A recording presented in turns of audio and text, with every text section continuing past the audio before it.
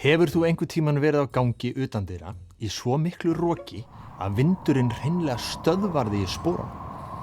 Hefurðu kannski prófað að taka úlpuna þína og toga hana upp fyrir haus fyrir aftan bak og leikar að því að láta vindinn tosa þig aftur á bak á meðan þú berst við að halda jafnvægi? Hvað er ég að hugsa? Auðvitað hefurðu prófað það. En hefurðu pælt í því að vindurinn á sér upptök hjá sólinni?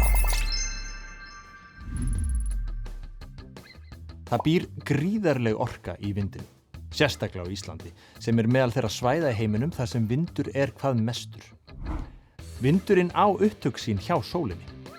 Geislar sólarinnar og gufuhvolf jarðar drífa áfram vinda- og veðrakerfið. Vindur er ju ekkert annað en loft á hreyfingu og þar er orkan falin. Sjáðu til. Kalt loft er eðlis þyngra en heitt loft og leitar því sífellt niður á meðan heitt loft leitar upp. Þetta þýðir að loftið er á stöðugri hreyfingu þar sem sólin hitar jörðina og andrúmsloftið mismikið. Þar sem heitt og kalt loft mætast verður til vindur. Þeim mun meiri munur, þeim mun meiri vindur.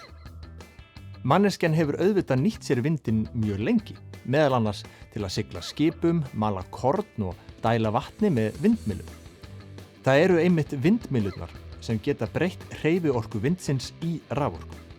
Það gera þær á sama hátt og vatnsaflsvirkjanir með því að hanna spaða sem vindurinn hreyfir. Þegar spaðarnir snúast knýja þeir rafal sem framleiðir rafmagn. Rafmagnið er svo flutt með rafmagnslínum til notenda.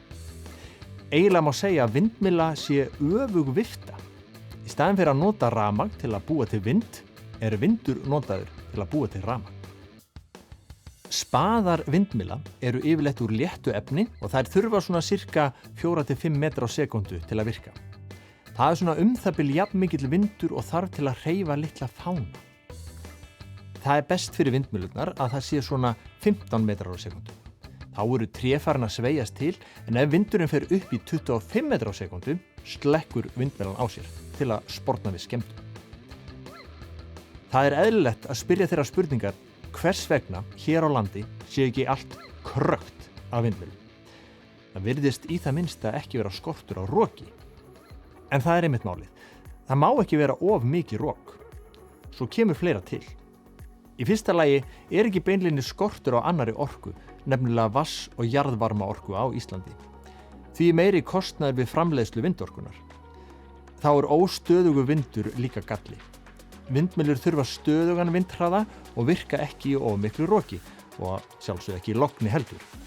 Þess vegna þarf að finna vindmyllum stað þar sem hár vindhraði er stöðugur. Svo verður að taka til önnur sjónarmið sem varða umhverfismál. Vindmyllur eru augljóslega mjög áberandi í umhverfinu og sitt sýnist hverjum hvort það sé mikið augnaendi. Þær taka töluvert pláss og vísbendingar eru að þær hafi áhrif á ferðavenjur dýra og valdi jafnvel fugladauða. Það býr mikil orka í vindinum sem á auðvitað upptök sín hjá sólinni og hana má virkja með vindmyllum. Vindmyllur gætu verið gagnleg viðbót við orkuframleiðslu á Íslandi en finna þar þeim stað sem býður upp á réttar aðstæður og taka tillit til umhverfisþátta eins og alltaf.